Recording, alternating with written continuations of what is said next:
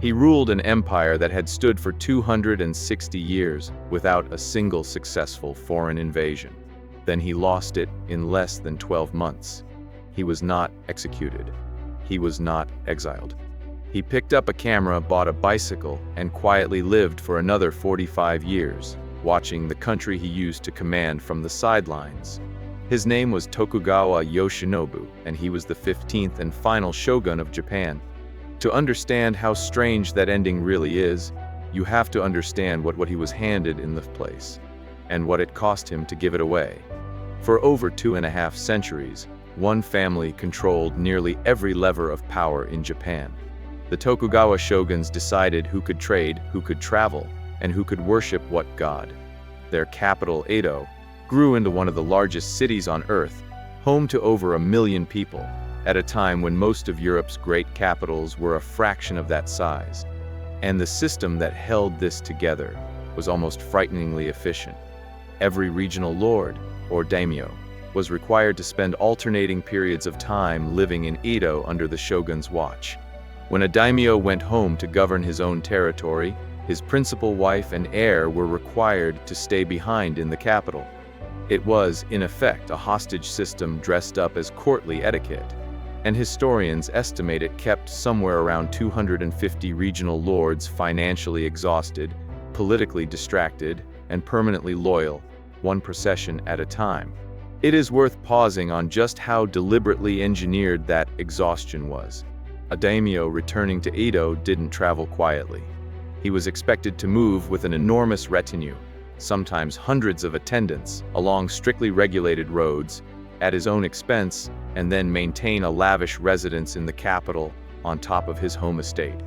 The financial burden alone was often enough to keep an ambitious lord from ever building the kind of independent war chest that could threaten Tokugawa rule. It was control disguised as ceremony, and for over 200 years it worked. Then there was the rest of the world, or rather, the absence of it. Starting in the 1630s, the shogunate sealed the country almost completely shut. Japanese subjects were forbidden from leaving on penalty of death. Christianity was outlawed. Only a small, tightly controlled Dutch trading post on an artificial island in Nagasaki Harbor was allowed any real contact with the West. For over 200 years, this arrangement held, and Japan developed in near-total isolation, while an ocean away, the rest of the world was building steam engines, telegraph lines, and modern navies. That gap became impossible to ignore on July 8, 1853, when 4 American warships sailed into the bay near Edo under the command of Commodore Matthew Perry. They were not wooden sailing ships. 2 of them were coal-burning steamers, and the Japanese, who had never seen anything like them, called them Kurofune, the Black Ships. Perry was carrying a letter from President Millard Fillmore, demanding that Japan open its ports. He didn't need to be forceful about it. His ships were carrying dozens of modern cannon between them, and the message was clear enough without a single shot fired. The shogunate had no navy that could challenge him, no modern coastal artillery, and no real answer. Perry left after little more than a week, promising to return the following year for Japan's response. And when he came back in early 1854, it was with an even larger fleet. The shogunate folded. In March 1854, Japan signed the Treaty of Kanagawa, its first agreement with a Western power in over 2 centuries, opening limited ports to American ships. Unequal treaties with Russia, Britain, and the Netherlands followed in quick succession, each one chipping away a little more of Japan's ability to set its own terms. And with every signature, the shogunate's 2-century-old claim to be Japan's protector looked a little less believable to the people it governed. This is the world Tokugawa Yoshinobu was born into on October 28, 1837, in Edo. He was the 7th son of Tokugawa Nariaki, the powerful lord of the Mito domain, one of only 3 branch families of the Tokugawa line eligible to produce a shogun if the main bloodline ever failed. His mother, Princess Arishigawa Yoshiko, came from a cadet branch of the imperial family, which meant Yoshinobu was born straddling 2 different sources of legitimacy: Tokugawa military authority on one side, imperial bloodline on the other. From the age of 7 months, he was raised at Mito under an intense Confucian and martial education, and his tutors noticed early that he was unusually sharp and self-possessed for his age. Here is the detail that makes everything that follows more interesting. Yoshinobu's father was one of the loudest voices in Japan for a political philosophy known as Sunno-joi, revere the emperor, expel the barbarians. It was a doctrine that placed the emperor, not the shogun, at the true moral center of the nation. Yoshinobu was raised inside a household that, in effect, questioned the legitimacy of the very office he would one day inherit. Keep that in mind. It matters later. In the 1850s, as pressure from the Western powers mounted, Yoshinobu was adopted into the Hitatsubashi branch of the Tokugawa family, a strategic move meant to position him as a future shogun. When the 13th shogun died in 1858 without an heir, Yoshinobu was one of the 2 leading candidates for the job. The shogunate's chief minister, Ieyasu, backed a different, much younger candidate instead and pushed Yoshinobu's supporters aside. Ieyasu did not there. He launched a sweeping crackdown against anyone associated with Yoshinobu's faction or the Sunno-joi movement, arresting, exiling, or executing more than 100 people in what became known as the Ansei Purge. Yoshinobu himself was placed under house arrest. Ieyasu reign of terror lasted about 2 years. On the morning of March 24, 1860, outside the Sakurada Gate of Edo Castle, a group of 18 ronin, 17 from Yoshinobu's home domain of Mito, and 1 from Satsuma, ambushed Ieyasu palanquin and killed him within sight of the castle walls. Of the 60 guards escorting him that morning, several had their sword hilts wrapped in cloth against the snow and couldn't draw fast enough to respond. It is worth with what that meant. The shogunate's own chief minister had just been assassinated feet from the seat of Tokugawa power, and the government's response was to conceal his death for weeks, quietly claiming he was merely recovering from an injury. If the shogunate could not even protect its own chief minister at its own front gate, what exactly could it protect? With Ieyasu gone, Yoshinobu's political fortunes recovered. He became guardian to the young shogun who succeeded him, and once he was in a position of real influence, he moved quickly to modernize a military that everyone could see was falling behind. French advisors were brought in to retrain shogunate troops along western lines.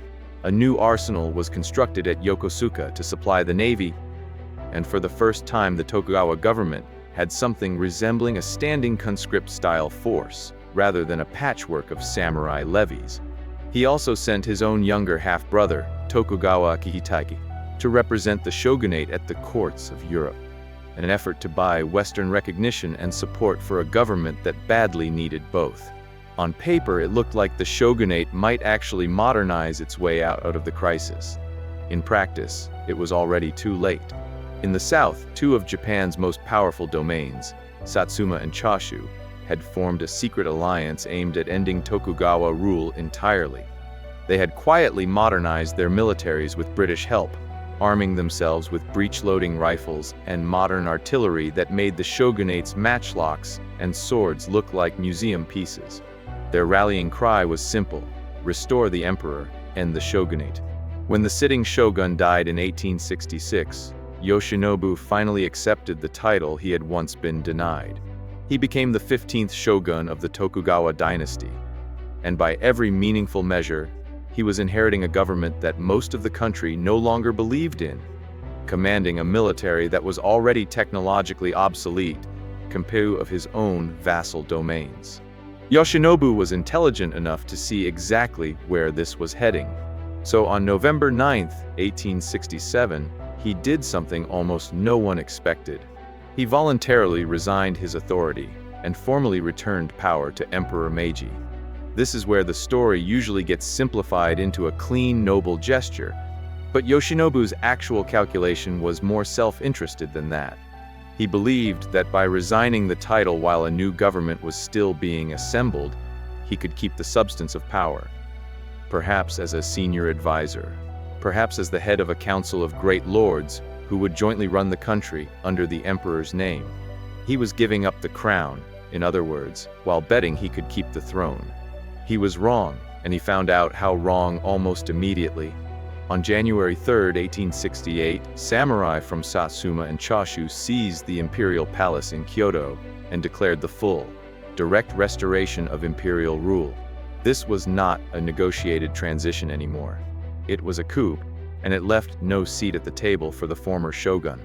Yoshinobu was stripped of his lands and declared an enemy of the imperial court.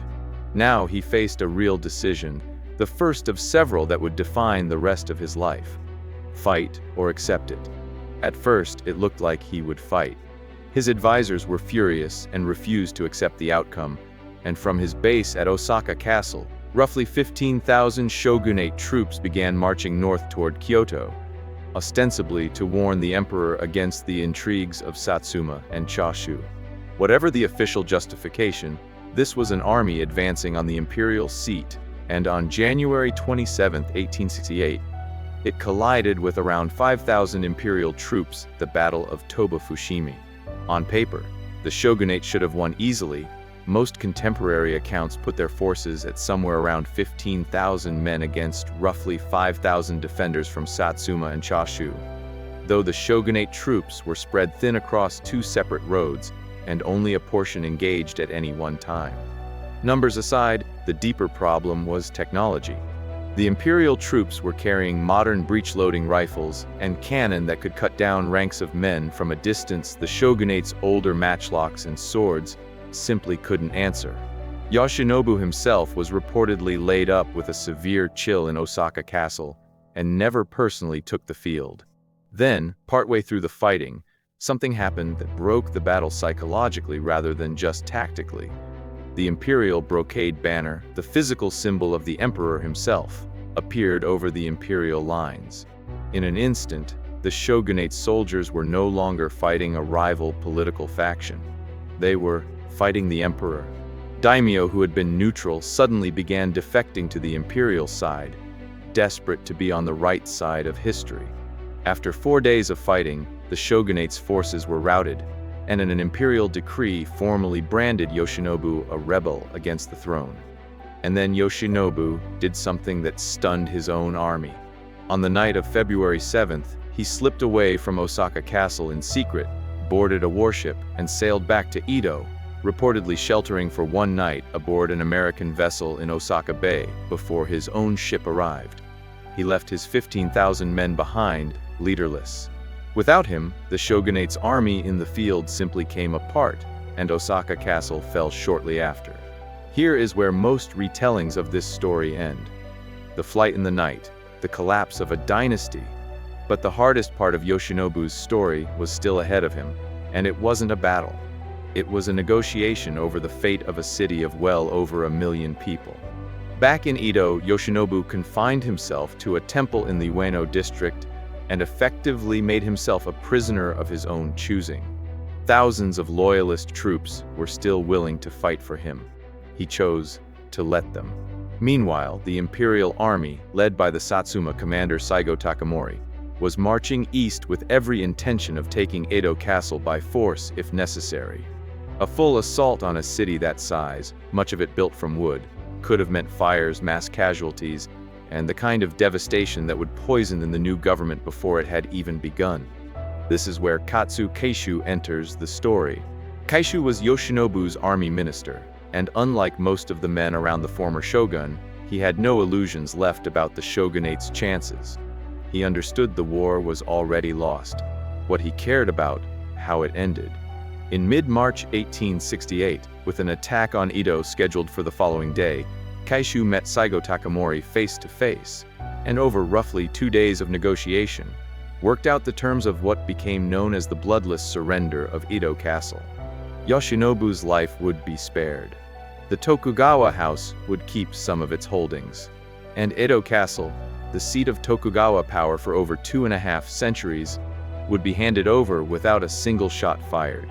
On May 3, 1868, the castle gates opened, and imperial troops walked in peacefully. It is one of the most consequential negotiations in Japanese history, and one of the least dramatic to look at. Two men talking, rather than an army burning a capital to the ground. Not everyone accepted it. In July 1868, a group of die-hard Tokugawa loyalists known as the shogunate gathered at Ueno, in the same district where Yoshinobu himself had spent weeks in confinement, and made a stand against the imperial army. They were crushed within a matter of hours. Further north, pockets of resistance held out for almost another year. And it wasn't until Admiral Onoto Takaki finally surrendered the last shogunate holdouts at Hakodate in Hokkaido in June 1869 that the fighting known as the Boshin War formally came to an end. But the outcome of the entire conflict had already been decided earlier, at the gates of a castle that never had to be stormed. A fact that some of those later holdouts, still fighting and dying for a government that had already accepted its own defeat, never fully got to see. So what actually happened to Yoshinobu once the fighting stopped? He was not executed, even though there were real calls for it. He was confined first to Mito, his family's home domain, stripped of his court rank, and effectively placed under house arrest. In 1869, after the last shogunate resistance collapsed at Hakodate, he was formally pardoned and allowed to relocate to Shizuoka, the very same region where Tokugawa Ieyasu, the founder of the shogunate 2.5 centuries earlier, had also spent his retirement. The dynasty had begun and ended its public life in the same corner of Japan. But Yoshinobu's retirement in Shizuoka was not the peaceful coda it might sound like at first.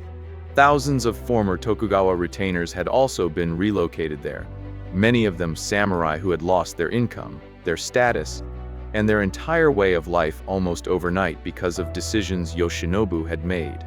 Some blamed him personally for surrendering too easily, for abandoning his army at Osaka rather than fighting to the end.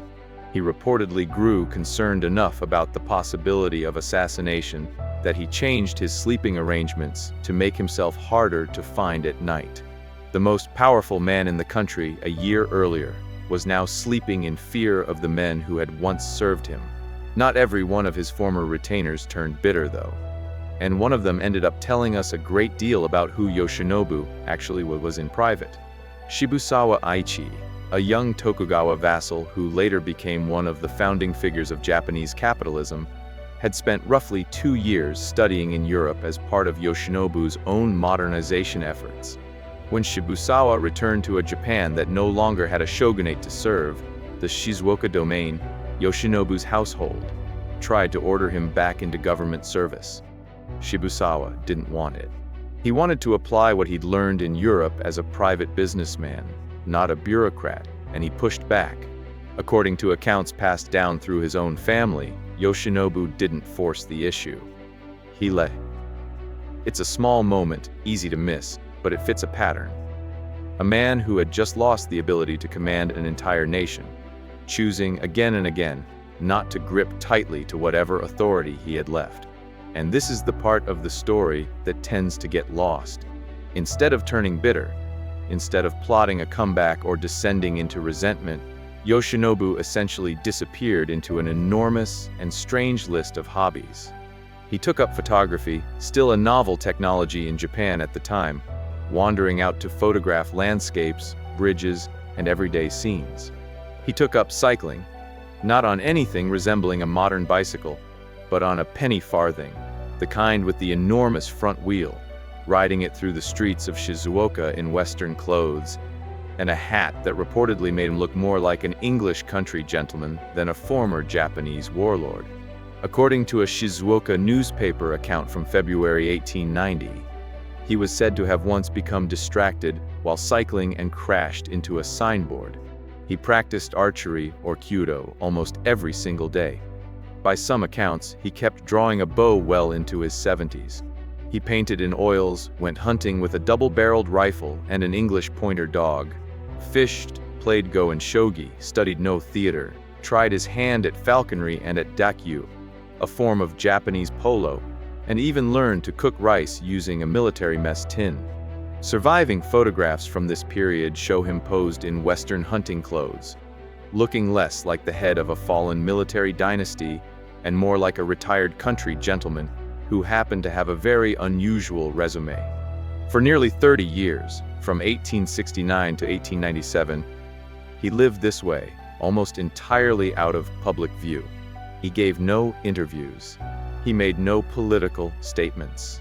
He simply vanished into private life, on purpose, at a scale that few former heads of state in any country have ever managed. Then, in 1897, at the age of 59, he moved back to Tokyo, the city that had once been Edo, the city his family had ruled for 2.5 centuries. By now, Japan had transformed almost beyond recognition. The samurai class had been formally abolished. Railroads crossed the country. A parliamentary government was in place. Japan had just fought and won a war against China. The nation Yoshinobu had once surrendered no longer existed in any form he would have recognized. And the Meiji government had not forgotten him. They had simply been watching for nearly 3 decades, and what they saw was a man who posed no threat whatsoever. He had never conspired against the new order, never spoken out, never tried to reclaim anything. In 1902, Emperor Meiji made an extraordinary gesture. He granted Yoshinobu permission to found his own branch of the Tokugawa family and elevated him to the rank of prince, the highest tier of the new peerage system. The man who had been declared an enemy of the imperial court 34 years earlier was now, formally, part of its aristocracy. He briefly took a seat in the House of Peers, showed little interest in it, and resigned. In 1908, he received the Order of the Rising Sun, one of the country's highest honors. Tokugawa Yoshinobu died on November 22, 1913, at the age of 76, reportedly of a cold that turned into pneumonia. He had outlived Emperor Meiji himself by about a year. He was buried in Yanaka Cemetery in Tokyo, in a section reserved for the Tokugawa clan. A modest grave, nothing like the gold-lacquered mausoleums where the great shoguns of his family are entombed at Nikko. For a man who had once held supreme authority over an entire nation, it is a strikingly plain resting place. It suits him. He was never the one who wanted the grandeur. There's a question worth sitting with here, and it isn't really about Yoshinobu specifically. It's about what happens to anyone whose entire identity is built around a role that the world simply stops needing. Yoshinobu was raised inside a family that half believed the emperor, not the shogun, held the true legitimate authority in Japan. So when that exact outcome arrived, it may have been easier for him to accept it as fulfillment rather than pure defeat. And by refusing to fight to the last man, by letting Katsukaishu negotiate rather than burn, he arguably did more to protect ordinary Japanese people than almost any ruler who came before him in that dynasty. He wasn't the architect of modern Japan. In a lot of ways, he was the obstacle that had to be cleared before modern Japan could exist. But how he stepped aside, without a bloodbath, without a doomed last stand, shaped the character of everything that came after him. It helps to compare his ending to the man who effectively ended him. Saigo Takamori, the Satsuma commander who led the imperial forces at Toba-Fushimi and later accepted Katsukaishu's surrender terms at Edo, went on to serve the new Meiji government he had helped install. But within a decade, Saigo had grown disillusioned with the very reforms he'd fought for, reforms that were now dismantling the samurai class itself. In 1877, he led a rebellion of disaffected former samurai against the government he had once served. It ended on a hillside near Kagoshima, where, surrounded and out of options, Saigo is said to have died by his own hand rather than surrender.